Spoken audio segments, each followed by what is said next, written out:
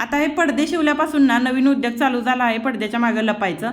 माझा सकाळचा नाश्ता वगैरे सगळं झालं, त्याचे बाबा ऑफिसला गेले. मग कपडे भिजत घालून घ्यावे म्हणले, म्हणजे कपडे भिजल्यानंतर चांगले असे निघून जातात कपडे.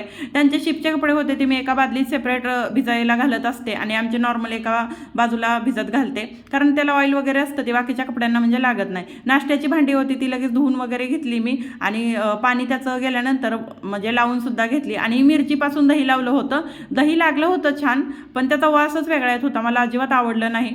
आणि दुपारच्या जेवणासाठी आमच्या दोघांसाठी मी इथं भात आणि भाजी बनवणार होते. दोडक्याची भाजी मी बनवली होती, एकदम छान अशी झाली होती. हे बघा, हे उशी शिवल्यापासून ना ह्याचा उद्योग होत चाललाय की उशी पडदं एवढं तो सोडण्यात झालाय.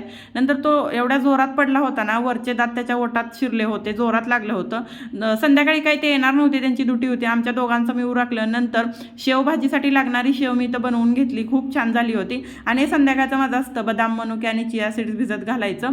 तर असा होता माझा आजचा दिवस. कसा वाटला तुम्हाला नक्की सांगा. आवडला तर